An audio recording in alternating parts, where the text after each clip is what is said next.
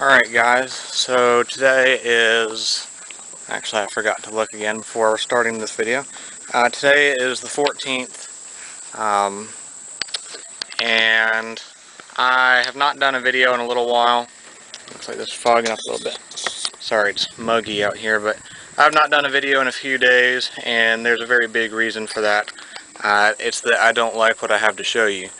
Now the rollers and my breeders down there, they're all doing fine. What I don't like to show you, or I'm not looking forward to showing y'all, is in here, or rather it's not.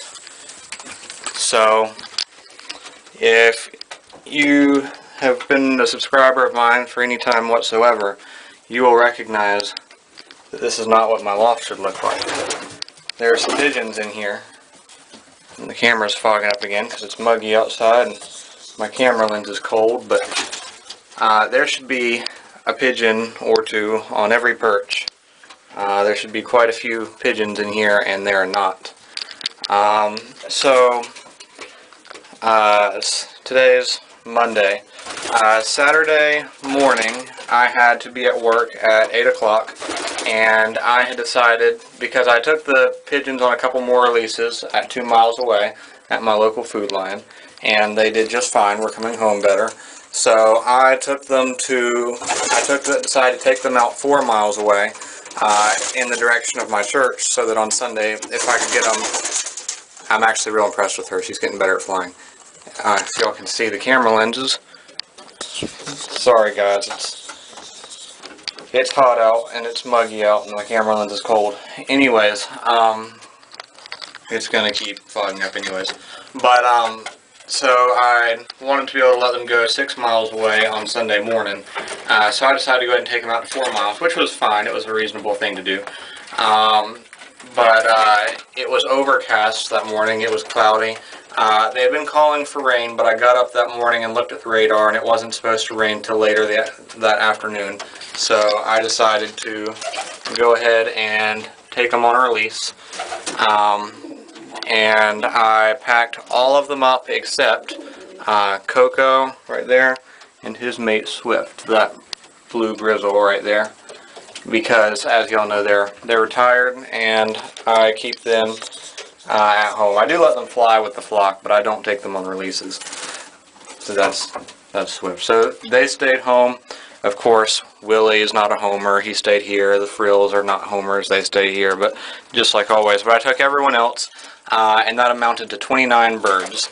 That would be 1, 2, 3, 4, 5, 6, 7 old birds and 22 young birds. And let them go. And after I went to work after that. I let them go a little after right around 7:30. It was getting light outside. It was a little bit foggy earlier that morning, but it was pretty much clear by then. It was really just cloudy. That's all it was. Not even windy either. So I turned them out at 7:30, 4 miles away from here, and went to work. And I texted my dad later to ask him to look in the loft. It was Saturday, so he was home. I asked him to look in the loft and just let me know if it looked like they were all back. And of course, all the pigeons that I did not release were in nest boxes, so all he had to do was look in here. And if there were any pigeons in here not caged up, he knew that they had just come back. And he said that there were not any. Of course, that was a problem because it had been like 2 hours by then. A little while later, he texted me that one had come back. And over the course of the day, I got 4 old birds back. I got Ash, I got Julio, I got Ricky, which is one of the blue bars walking around right there, and I got that one, which is Ricky's brother. I don't know if I ever actually named him, but that's Ricky's brother. They came back they were several hours apart. None of them came together, but they came back one by one on Saturday, and then I got nothing back Sunday, and here it is the 3rd day. It's Monday, and nothing. Usually if a pigeon does not come back after 3 days, it's not going to. That doesn't mean it can't. It certainly can, but it's not likely. Very unlikely. So, maybe y'all are kind of like, okay, so what now? There is no what now. they're gone. There's a possibility that some, or even all of them, could show up tomorrow, but it's extremely unlikely. Of course, if it does happen, I'll let y'all know, of course, but it's extremely unlikely. So I'm not going to be racing this year. There's not going to be any more homing pigeon videos on my YouTube channel. There's not pigeons to film. I mean, I've got these pigeons here, but I'm not going to be flying. How many do I have? 4, 5. I've got 6 old birds. I could turn them out and fly them, but what's the point? I'm just putting them at risk at getting killed and eaten by hawks. The later we get into the year, the more and more the hawks are going to be hunting the pigeons. All I'm doing is putting them at risk for no good reason. They're all old birds. They can't race. I did not get a single young bird back. The only young birds I have are Charles and that other the blue bar that walks around on the floor. The blue bar, you know, one of his wings is messed up and he can't fly at all. And Charles can't fly more than about 20 feet. So, you know, I cannot race. That's just, it's not a possibility. Got no young birds to race. You're probably wondering, well, why did this happen? Some of y'all who have been subscribers for a little while longer will, you know, at least know who. Know that I've got a friend, Rick, who's a pigeon buddy, and he also happens to be the president of my pigeon club, Racing Homer Club, this year. He said that I should not have released them in low pressure. I should not have done that. He wishes he had known I was going to do that. He would have told me not to. I thought that as long as it wasn't raining, that it would be fine. Obviously, it was not fine. That does not necessarily mean that that was the reason they didn't come back, but it seems the most likely reason. No one actually knows for sure how pigeons find home or anything. We really don't know for sure how they do that. So as for why they did not show back up is merely opinion. But I would say that's probably the most likely reason. Because I had 4 of my old birds come back one by one, it kind of makes me wonder if a hawk may have hit them and scattered the flock, which would have sent the young birds, the young, inexperienced young birds, in all directions, and then they would have been forced to try and find home from probably even farther away, all on their own, without the help of the flock. A flock of pigeons homes much better than 1 or 2 pigeons. So that may be part of it. I really don't know. You know, hunting pigeons is legal year-round here. It is possible. I highly doubt this, but it's possible that they flew over a field full of hunters and they all got shot, or at least most of them. That would be it. That's a legal thing to do around here. Anyone can hunt pigeons at any time of year. There's no restrictions on how many shells in the shotgun. If you can fit 10 shells in your shotgun, you can put them in there. So, you know, it's possible that most of them got shot and killed. That's unlikely. Most people don't. There are not many people that hunt pigeons around here. But, you know, that's a possibility too. There's lots of possibilities, but it's all a guessing game. The only thing I can really say is for sure is that they're gone. And that it seems unlikely that any more are going to come back. I would advise y'all not to do what I did and let them go in low pressure. But honestly, I believe I've done that before and had it happen. It's done okay. But I wouldn't recommend it. And that's probably part of the reason I lost them. But I don't know that for sure either. But I wouldn't recommend trying it. Honestly, the reason I'm able to talk about this like I am is because honestly, I'm still kind of in shock. I built this loft by hand at school at the beginning of the year and brought it home on a trailer. I put all the birds in here. I've been breeding birds since about January. I've put a lot of work into my birds. Some of the pigeons that I lost, young and old, some of them are ones that I raised by hand. I took them with me everywhere, every day for a month. They went to school with me every day. I had to give up lunch so that I could feed them at lunchtime because sometimes, actually a lot of times, there was not enough time for me to eat lunch. It was them or me, and I fed them. So, you know, I put a lot of work into some of these birds, and honestly, I'm still in shock that they're all just gone. So, I'm still kind of in shock. So that's why I can talk to y'all about this the way I am, but it does not, it's still possible that they could come back, but it's extremely unlikely at this point. So yeah, y'all might be wondering, you know, what am I going to do now? I've had some thoughts on that. Could I make a comeback from this? Yeah, I could. I've got, of course, I still got Coco and Swift. You know, they're old birds, but they're not actually old. They're both, they will turn, they'll turn 2 this October. So will Ash. You know, Ricky came back, and his mate, of course, was still here because she can't fly. So, you know, that's 2 pair. I've got a pair of old birds in that white loft down by the woods. Y'all know that I got them. They're already 2 years old, so I can't, it would not be a good idea to try and train them to this loft and fly them, so I just put them down there. So that's 3 pair. If I wanted to, I could put them all together and breed them as best I can for the next, you know, until winter. And then by late spring, I could pair up, I could continue to breed them and pair up all their female offspring to other male pigeons I have. I've got Ricky's brother, I've got Julio, I've got Ash, I've got 2 more, I've got two more cocks down at the woods that I got from the same guy that gave me the 2 pairs.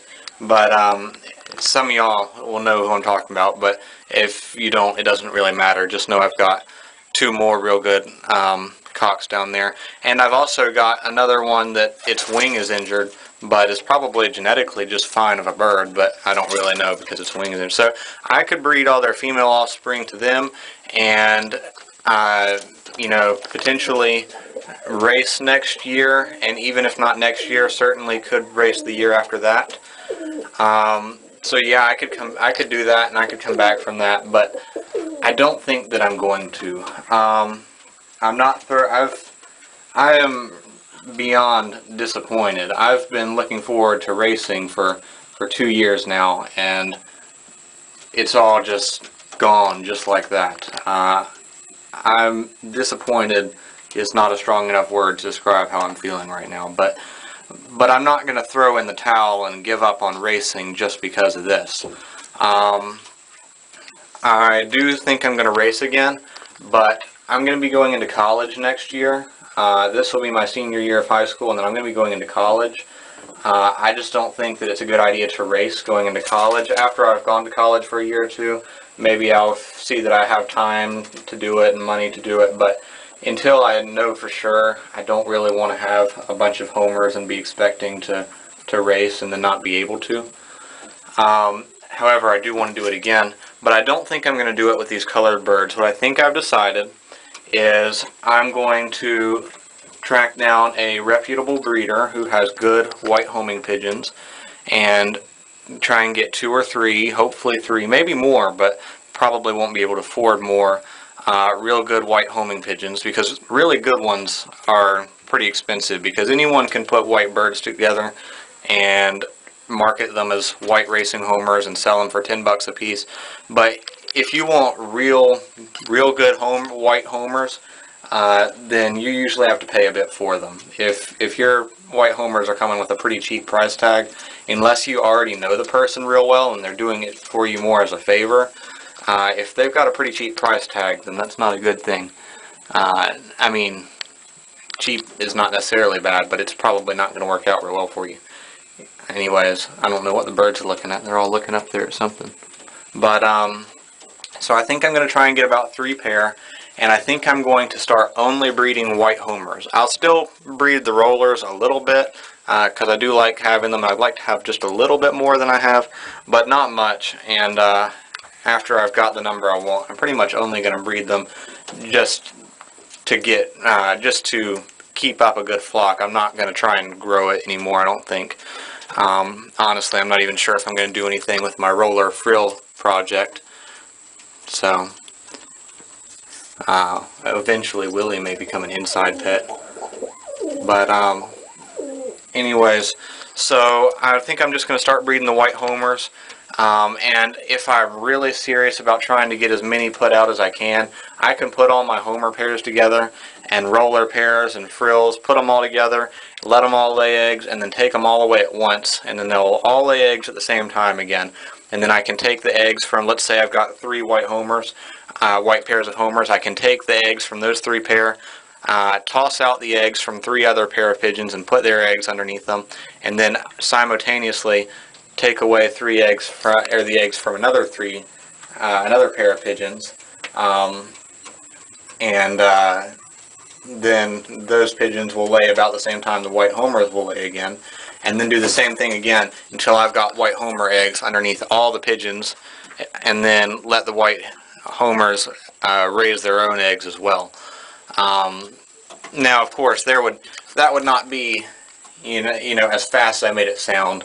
I would let them sit on the eggs a few days and then take them and move them and take the eggs away from another pair that way, because I don't want them laying eggs as quickly as they possibly can, just because I don't want them to have a problem with calcium deficiency or anything like that. Though let's be honest here. I've got chickens. Those chickens, they lay an egg every single day. They've been laying, some of them have been laying an egg every day for the past 2 years, and they're just fine. Their eggs seem just fine. So in all honesty, it's probably not going to be a very big deal, but I'm still going to try and be careful with it, try and be as easy on the birds as I can be. And I'm not necessarily saying I will do that, but if I decide to, I can, and I know how. But and if I do, I'll make sure to let y'all know. But I think that's basically what I'm going to do, and that way I can race with them, but I can also do white dove release. And I think becoming a young adult, looking at living on my own in the next couple of years, and having school, going to college, all this, being able to use my hobby as a way to make money. And let's face it, white dove release is expensive. And that means that you can make a bit of money doing it, because y'all have kind of seen here, pigeon food does not cost that much, and they're homing pigeons, trained, as long as they're trained correctly, and most of them are going to be old birds that are trained correctly. They're coming home. You're using the pigeons over and over again. So let's face it, it shouldn't be that expensive, but it is. So you can make a bit of money off of that. So I think that would be a wise decision for me as a teenager who's going to the senior year of high school and going to be going into college, to just keep white birds together and wait till I've got close to about 100 white birds, and then start flying them. And I will explain why I want that many, but I'm going to come out here and, I don't know, film the rollers in here or something. Just give y'all something else to look at, because most of them just talking and ranting right now. And I'm probably going to change my camera battery because it's dying, so it's probably going to cut out in the middle of me talking, and I'll have to go change my camera battery. But here are the rollers. They look terrible because they're molting. But I think a chicken just laid an egg under the loft. Anyways, lost my train of thought.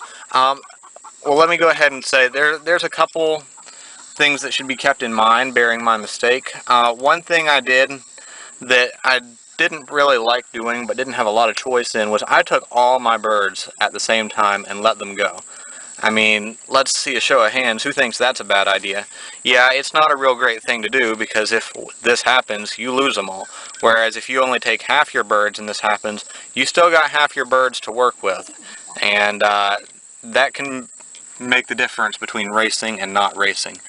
Problem was, I didn't have a lot of pigeons. I was flying a flock of 31, and that might sound like a lot, but split up into 2 flocks, that's a flock of 15 and a flock of 16. That's really not a very big flock, and pigeons home better as a flock, and the more there are, the better they are at homing, and the better chance you have at getting them back. So I chose to take them all and have a bigger flock, so that they would have a better chance of coming home, rather than splitting them up and not risking losing them all at once, but also making it harder on them to learn to fly home. Now, after I had gotten them flying anyway, so I was going to start letting them go in batches of 5 once they got older, or once they got more experience, and that would make it a lot harder on them, and as a result, would make them have to learn to home better. That way, none of them could get away with just following the flock. They really had to learn. And if I wouldn't have done that at first, you know, I might have broken them up into half for a few releases, and then broken them up into quarters, but eventually I was going to get them down to where I was releasing about 5 at a time. So that they would have to learn to home better. But to begin with, the bigger the flock, the easier it is for them to home, the better chance you have of getting them back. So because I didn't have a lot of pigeons, I decided to let them all go at once, knowing they would have a better chance of coming home in such a large flock,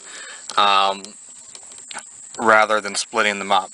And as a result, when they failed to come home, I lost every single pigeon I had.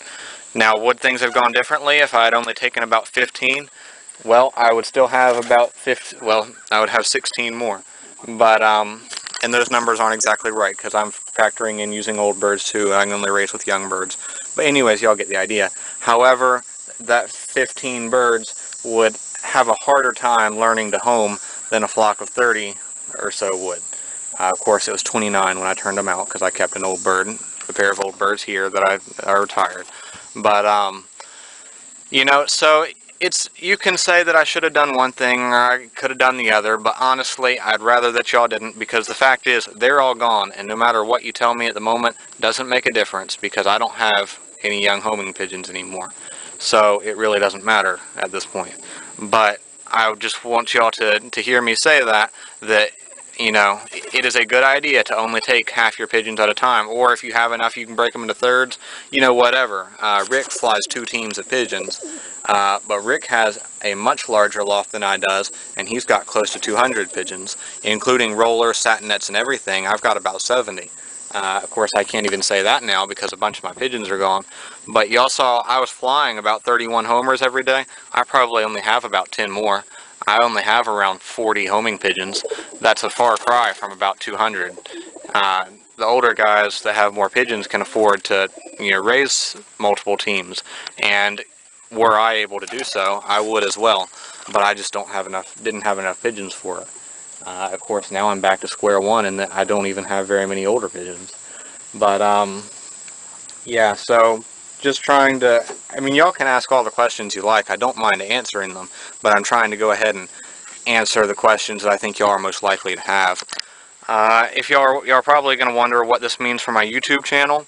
Well, let's face it, I started my YouTube channel to document my success and failures and my progress with the homers, to educate people on racing pigeons, pigeons in general, but especially racing pigeons, and wanted y'all to be able to watch their progress throughout the year and see them get to race. But I also, I mean, I have rollers. I have some other kinds of pigeons too. I've got frills and I've got a white king. So I've got, and I still have homers. So that's 4 breeds.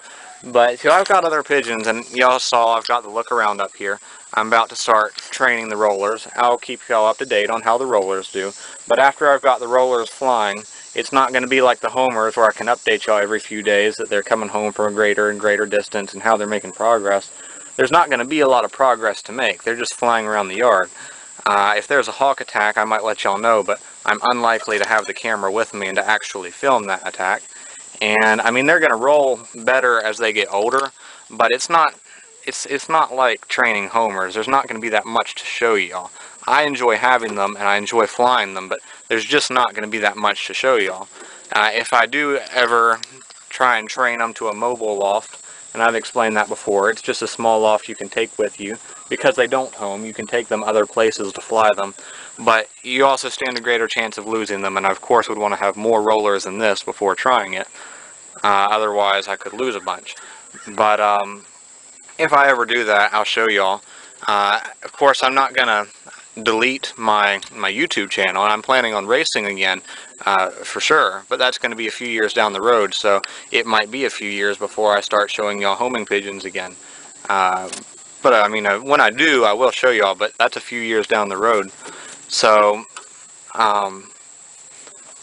you know, I don't know exactly where this is going to go from here. Of course, I'm still a member of the club. I'm still friends with all the guys in the club. I still will probably go to some of the, I'm going to go to the next meeting. I've got pigeon food to pick up.